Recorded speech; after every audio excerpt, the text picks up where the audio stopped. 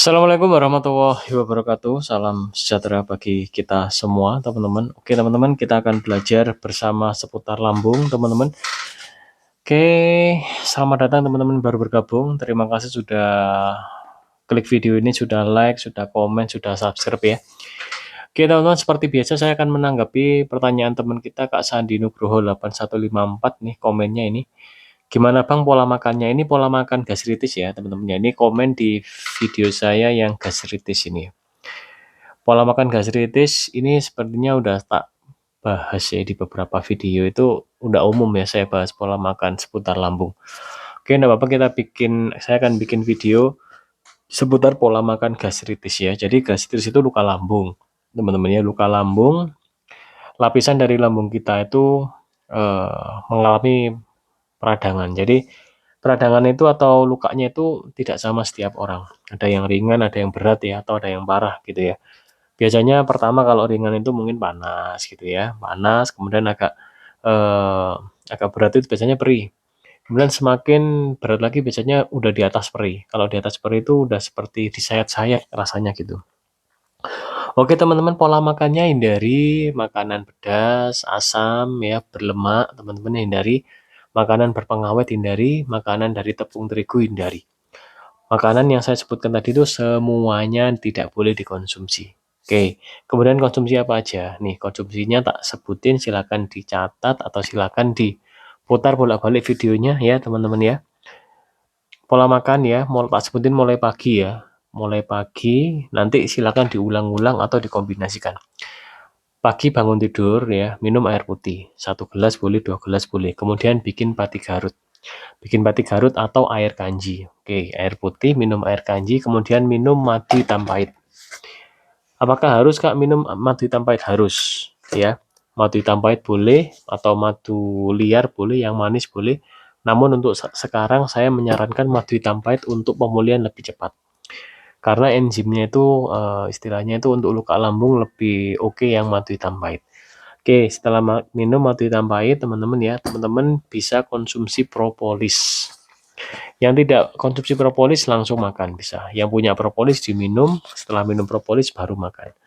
Makannya nasi yang lunak ya, tidak perlu sampai bubur ya. Kalau memang lukanya sudah sangat-sangat uh, parah sekali, memang bubur terkadang. Namun secara umum nasi yang lunak saja bisa.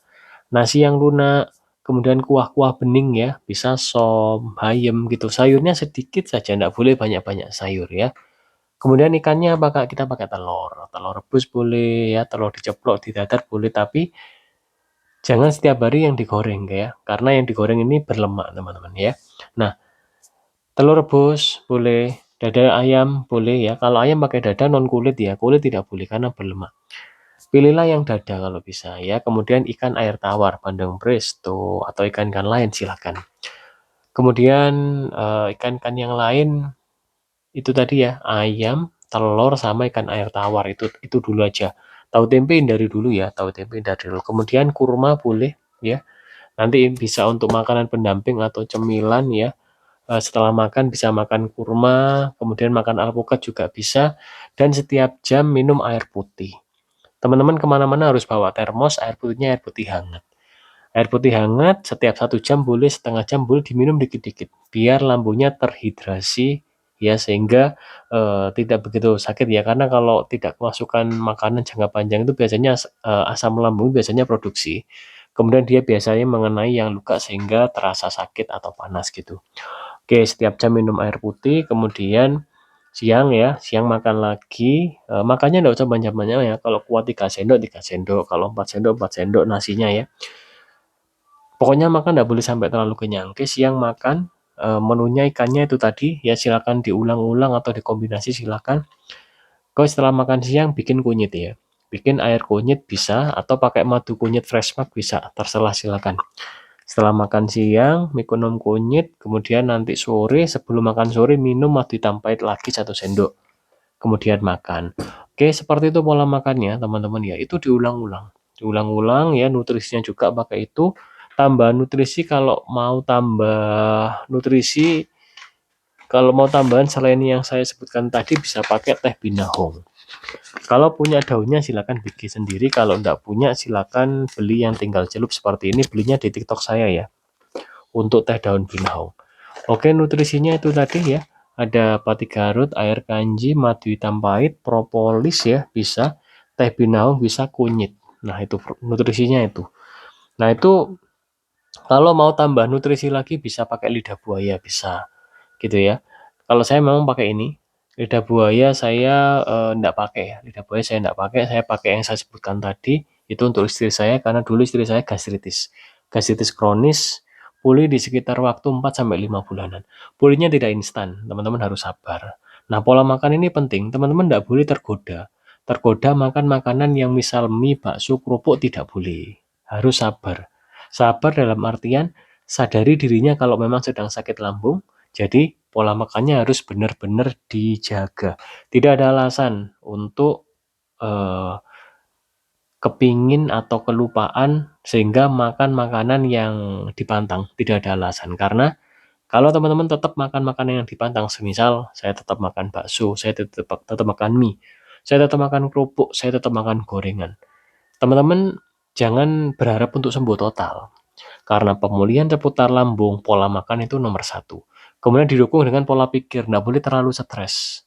Berpikir yang berlebihan atau ketakutan berlebihan ya, khawatir ini, khawatir itu tuh juga nggak boleh. Meningkatkan produksi hormon kortisol kita. Ketika hormon kortisol kita meningkat, teman-teman ya, pemulihan ini tidak bisa berjantung lebih cepat, regenerasi sel kita gitu teman-teman ya. Oke, seperti itu pola makannya, sangat sederhana sekali, namun itu untuk mematuhinya itu perlu ketelatenan atau kesabaran khusus. Karena setiap hari kita mungkin sudah terbiasa nih dengan pola makan, setiap hari makan bakso, makan seblak, makan kerupuk gitu ya, makan yang pedas-pedas, walaupun di lambung sudah terasa kok panas, perih, tetap makan yang pedas, tetap makan bakso karena tidak tahan dengan apa? Kecanduan rasanya di mulut kita. Rasa di mulut, kelezatan di mulut dengan manfaat di perut berbeda loh ya. Contohnya, kita makan gorengan nih, wah enak banget di mulut. Apakah gorengan itu diperlukan untuk nutrisi kita? Jawabannya belum tentu, gitu ya.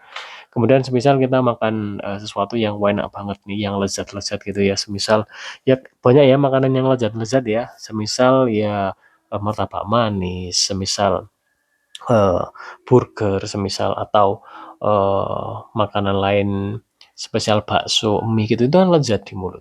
Terkadang itu eh, makanan itu tidak dibutuhkan oleh tubuh kita. Tubuh kita ini sebenarnya memerlukan makanan yang sifatnya asli. Asli dalam artian tidak banyak diolah teman-teman. Seperti nasi ya, sayur-sayuran, ya telur, ikan-ikanan, ayam. Dia tidak diolah, semisal barang asli diolah wujudnya berbeda. Nah, sebenarnya tubuh kita itu enggak seperti itu. Kita lihat sejarah ya, masa lampau ya. Awal mula peradaban ya di bumi ya. Orang itu berburu dulu ya, berburu dulu untuk memenuhi makanannya. Apa ada dulu makanan-makanan seperti olahan-olahan, frozen-frozenan, kerupuk mie dulu kan tidak ada. Itu adalah eh, perkembangan zaman. Kemudian orang menciptakan suatu karya dan karyanya itu kebanyakan enak di mulut, teman-teman. Minim nilai gizi. Nah, teman-teman jangan khawatir, apa yang saya sebutkan tadi itu eh, memang real. Jadi jangan khawatir dalam artian saya berarti tidak bisa makan ini lagi ya. Jawaban saya ya, tapi jangan khawatir, eh, masih banyak makanan yang bisa kita olah.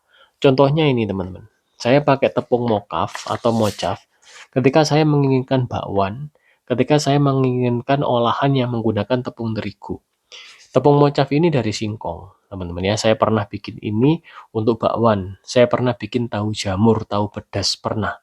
Nah, konsumsinya ini kan non gluten, ini aman, tapi dalam artian loh teman-teman, jangan terlalu sering. Dan harus sudah pulih total. Saya adalah pejuang GERD yang sudah pulih total ya. Sekarang ini dalam tahap penyembuhan anxiety-nya tinggal sedikit ya. Eh, dan saya konsumsi ini juga jarang. Menggunakan mokaf ini juga jarang banget saat kepingin aja. Nah teman-teman seperti itu ya video kali ini silakan dipenuhi untuk pola makannya. Intinya harus disiplin. Kalau teman-teman nggak disiplin, pola makan sehari, 2 hari, 3 hari teratur ya, kemudian di 4 harinya makan kerupuk lagi, makan mie lagi, teman-teman tidak akan sembuh. Karena itu harus stop total makanan yang tidak boleh yang saya sebutkan tadi. Paham ya? Yang tidak boleh sudah saya sebutkan tadi ya. Makanan pedas, asam, berlemak, bertepung terigu, berpengawet itu tidak boleh teman-teman ya. Kenapa tidak boleh? Ini sulit diolah oleh lambung kita dan ini sesungguhnya ini bukan keperluan tubuh kita.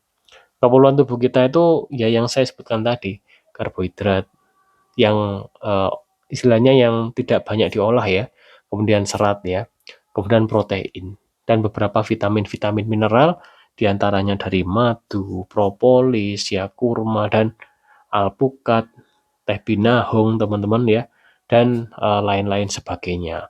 Oke teman-teman, sekian video kali ini dan mohon maaf apabila ada salah kata teman-teman ya.